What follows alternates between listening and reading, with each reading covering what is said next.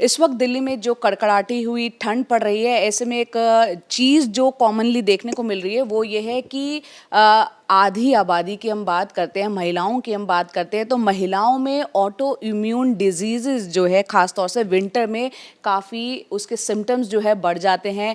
ऐसे में क्या कुछ किया जाना चाहिए, इस पर बात करने के लिए हम एम्स में मौजूद हैं और यहाँ की जो रिमेटोलॉजी डिपार्टमेंट की एचओडी है प्रोफेसर उमा कुमार हमारे साथ हैं, जानी मानी डॉक्टर। बहुत बहुत शुक्रिया डॉक्टर उमा हमसे जुड़ने के लिए। मैम, इन दिनों जिस तरीके की ठंड पड़ रही है, दिल्ली हो या कहीं भी उत्तर भारत में, तो आप क्या कहेंगी कि हम देखने में मिलता है कि महिलाओं में ऑटो इम्यून डिजीज़ जो है उसके सिम्टम्स बढ़ जाते हैं। ऑटो इम्यून डिजीज़ क्या होती है, किस तरह के सिम्टम्स होते हैं, इस पर थोड़ा पहले बताएं।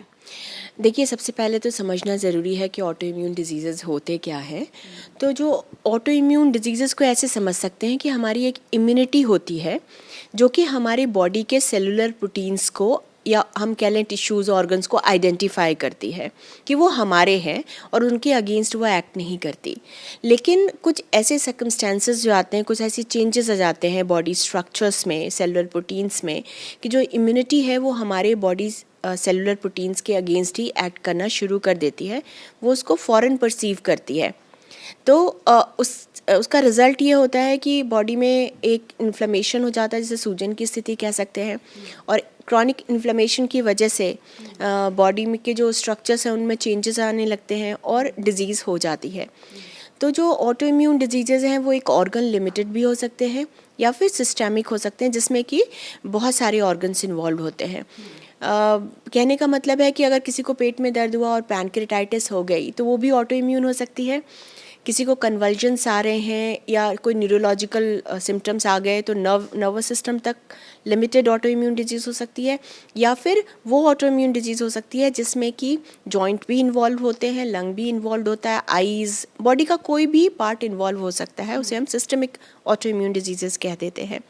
तो ऑटो इम्यून डिजीज़ किसी भी स्पेशलिस्ट के पास प्रेजेंट कर सकता है विथ वेरियस सिम्टम्स, बट जो रूमेटोलॉजिकल ऑटो इम्यून डिजीज़ होते हैं वो रूमेटोलॉजी डिपार्टमेंट में डील किए जाते हैं। मैम, कैसे पता चले विंटर्स में जो एक नॉर्मल जॉइंट पेन या ये जॉइंट पेन ऑटो इम्यून या आर्थराइटिस, ये कैसे आइडेंटिफाई किया जाए? कब वो स्टेज होती है जब किसी पेशेंट को एक रूमेटोलॉजिस्ट पे आना चाहिए? देखिए, सारे जॉइंट पेन आर्थराइटिस नहीं होते, ये समझना ज़रूरी है। लेकिन अगर किसी को परसिस्टेंट जॉइंट पेन हो रहा है, मैं कहूँगी अगर किसी को मान लीजिए 2-3 हफ्ते हो गए और जोड़ों में बहुत दर्द हो रहा है जिससे उसकी क्वालिटी ऑफ लाइफ अफेक्टेड हो रही है, या फिर जब पेशेंट सुबह सो के उठता है तो उसके जोड़ों में बहुत जकड़न होती है जो कि आधा घंटे से ज़्यादा तक भी परसिस्ट करती है, और जैसे जैसे वो एक्टिव होता जाता है जकड़न ठीक होती जाती है, वर्स नहीं होती। और तीसरी चीज़ ये है कि जोड़ों के आसपास सूजन आ जाती है, उनमें लालिमा आ जाती है और कामकाज करने में पेशेंट को बहुत परेशानी हो सकती है। तो ये अलार्मिंग वार्निंग सिम्टम्स हैं जहाँ पर पेशेंट को डॉक्टर के पास जाना ही चाहिए। मैम, विंटर्स की अगर खास तौर से बात करें, विंटर्स हो या फिर पोल्यूशन भी हम देखते हैं, AQI लेवल काफ़ी जो है दिल्ली में हमने पिछले दौरान भी देखा और अभी भी बहुत ज़्यादा नहीं सुधार हुआ है, तो उसका इम्पैक्ट जो है इस तरीके की डिजीज़ पे कितना रहता है? देखिए, इससे पहले कि हम एयर पोल्यूशन की बात करें इन डिजीज़ के ऊपर असर को लेकर, मैं जो आपने एक क्वेश्चन पूछा कि फीमेल्स में ज़्यादा कॉमनली मिलती है, तो विमेन में कॉमन इसलिए होती है कि विमेन जो इतने इम्यूनोलॉजिकल जीन्स होते हैं, जो इम्यूनिटी वाले जीन्स होते हैं, वो एक्स क्रोमोसोम पे लोकेटेड होते हैं। तो ये हार्मोनल है वो रोबस्ट होती है यूजुअली।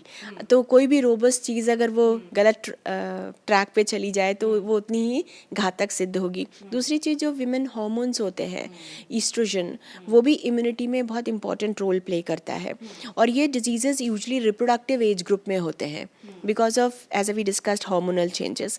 तो इसलिए ये विमेन में ज़्यादा कॉमनली देखने को मिलती है। और एक जो हम बात कर रहे थे आर्थराइटिस, ऑटो इम्यून डिजीज़ेज़ की क्योंकि बात कर रहे हैं, तो जो जॉइंट सिम्टम्स हैं वो तो एक मैनिफेस्टेशन है। इसके अलावा ऑटो इम्यून डिजीज़ेज़ के जो सिम्टम्स हैं, जैसे अनएक्सप्लेन्ड फीवर, पता ही नहीं चल रहा है कि बुखार क्यों आ रहा है, या अनएक्सप्लेन्ड फटीग, हमेशा थकान महसूस होती है और वजह नहीं पता क्यों हो रही है। इसके अलावा जॉइंट पेन की हमने बात की ही, आइज़ में ड्राइनेस का होना, माउथ में ड्राइनेस का होना, एक्सेसिव हेयर फॉल होना, सनलाइट में, धूप में जाने पे चेहरे पे चकत्ते हो जाना, लाल हो जाना, जिसे हम फोटो सेंसिटिविटी कह देते हैं या फोटोडर्मेटाइटिस आर्थराइटिस कह देते हैं। इसके अलावा जैसे विंटर्स चल रहे हैं, आपने बात की, उसमें उंगलियों का सफ़ेद लाल नीला सा होना, रंग बदलना, जिसे हम रेनॉल्ड्स फिनोमेना कह देते हैं, जो कि स्क्लेरोडर्मा या सिस्टेमिक स्क्लेरोसिस वाले पेशेंट में देखने को मिलता है। इसके अलावा जिस ऑर्गन की इन्वॉल्वमेंट है, अगर लंग की इन्वॉल्वमेंट है तो सांस फूलने लगेगी, कार्डियक इन्वॉल्वमेंट है तो सांस फूलेगी, पेट में इंटेस्टाइन की इन्वॉल्वमेंट है तो पेट में दर्द होगा, और जीआई सिम्टम्स दूसरे डायरिया या कॉन्स्टिपेशन, वॉमिटिंग, ये सब चीज़ें हो सकती हैं। तो वो ऑर्गन पे डिपेंड करते हैं कि सिस्टमिक डिजीज़ में, ऑटो इम्यून डिजीज़ में कौन सी ऑर्गन की इन्वॉल्वमेंट है। विंटर्स में क्या एम्स में, क्योंकि यहाँ पर तो पूरे देश के कोने कोने से लोग आते हैं, क्या ओपीडी में पेशेंट्स की संख्या उस तरह की बढ़ गई है जो ऑटो इम्यून से रिलेटेड है, या जो विंटर्स का इम्पैक्ट जो हो रहा है? देखिए, एम्स में फुटफॉल हमेशा से बहुत ज़्यादा रहा है, तो वो हम ये भी नहीं कह सकते कि आज एक पेशेंट ज़्यादा आ गया, कल दो ज़्यादा आ गए, क्योंकि वो हमेशा ही बहुत ज़्यादा होते हैं। तो कहीं ना कहीं वो लिमिट रखनी पड़ती है कि इतने पेशेंट देख पाएंगे, है ना। तो लेकिन एक चीज़ है, ये देखा ये जाता है कि इस दौरान में जो ऑटो इम्यून डिजीज़ के पेशेंट थे, दवाओं पे ठीक चल रहे थे, और उनके जो सिम्टम्स हैं वो बढ़ जाते हैं। किसी को जॉइंट की प्रॉब्लम है तो आर्थराइटिस एक्टिव होकर आ गई, जैसे रूमेटॉइड आर्थराइटिस में होता है, और दवाइयाँ वही चल रही हैं, फिर भी डिजीज़ एक्टिव हो गया। ऐसे ही जो स्क्लेरोडर्मा की हम बात कर रहे थे, विंटर्स में रेनॉल्ड्स फिनोमेना वो बढ़ जाता है इन पेशेंट्स का, और उसमें गैंग्रीन हो सकती है। तो विंटर्स के दौरान कई जो ऑटो इम्यून डिजीज़ेज़ हैं वो वर्सन हो सकते हैं, डिपेंडिंग कि किसी भी जो अवेलेबल इन्वायरमेंट, जो इन्वायरमेंटल फैक्टर्स उस समय प्रेवलेंट हैं, उनका क्या असर होता है। और एयर पोल्यूशन भी इस दौरान में नवंबर दिसंबर में आप देखें तो बहुत हाई लेवल पे होता है, और हम सब जानते हैं आज की डेट में बहुत गुड क्वालिटी डेटा अवेलेबल है कि जो एयर पोल्यूशन है वो एक इम्पॉर्टेंट रिस्क फैक्टर है बहुत सारे ऑटो इम्यून डिजीज़ेस का। मैम, ऐसी सिचुएशन में जो कि आपने भी बताया, चाहे विंटर्स हो और साथ में अगर एयर पोल्यूशन भी उसमें ऐड ऑन हो जाता है, क्या किया जाना चाहिए पेशेंट्स के लिए? आप क्या कहेंगी, एक की मैसेज पेशेंट्स के लिए यही है कि कोशिश ये करें कि जो रिस्क फैक्टर्स हैं उनको अवॉइड करें। जैसे रिस्क फैक्टर्स में आता, स्लीप भी आती है, 6 to 8 आवर्स की स्लीप लें, अपने आप को हाइड्रेटेड रखें, न्यूट्रिशन प्रॉपर लें, और फिज़िकल एक्टिविटी ज़रूर करें। विंटर्स को सोच के घर तक कन्फाइंड ना रहें, और धूप लेने की कोशिश करें, क्योंकि जो विटामिन डी की डेफिशिएंसी है उससे भी ऑटो इम्यून डिजीज़ेस वर्सन होते हैं। एंड अगर आपकी बीमारी बढ़ जाती है तो डॉक्टर्स के पास जाएं, वी हैव द सॉल्यूशन। आजकल मैम जो है एआई का भी लोग बहुत इस्तेमाल कर रहे हैं, और चैट जीपीटी या और भी हैं, उनके ज़रिए अपने सिम्टम्स डाल के वहाँ से जो डिजीज़ उनको समझ में आती है तो वो ऑटोमेटिकली खुद से भी अपना ट्रीटमेंट करना शुरू कर देते हैं कई बार पेशेंट्स। तो उनको आपकी क्या सलाह है? देखिए, चाहे वो एआई से हो या गूगल से हो, बीमारी के बारे में जानना ठीक है, लेकिन अगर वो आपकी मेंटल स्टेट को अफेक्ट नहीं कर रहा है तो, क्योंकि फिर आप स्ट्रेस्ड आउट हो जाते हो। हर पेशेंट अलग अलग वे में प्रेजेंट करता है डॉक्टर को, हर किसी की डेथ नहीं होती, हर कोई कॉम्प्लिकेट नहीं होता, हर किसी में डिफॉर्मिटी या डिसेबिलिटी नहीं डेवलप होती।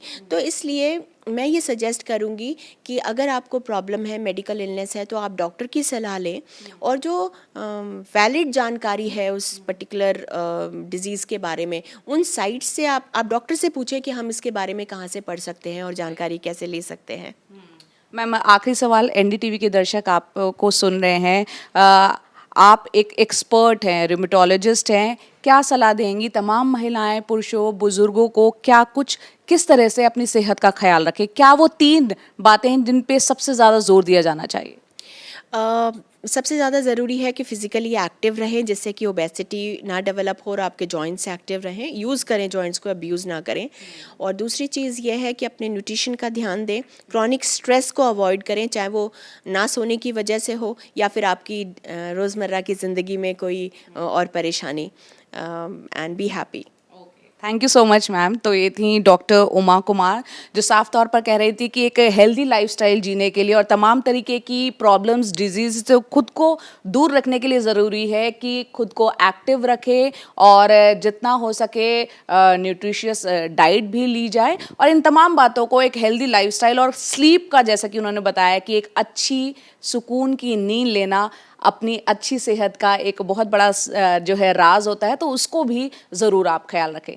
कैमरा पर्सन अमन के साथ दिल्ली से मैं जया कौशिक, एनडीटीवी इंडिया के लिए। है।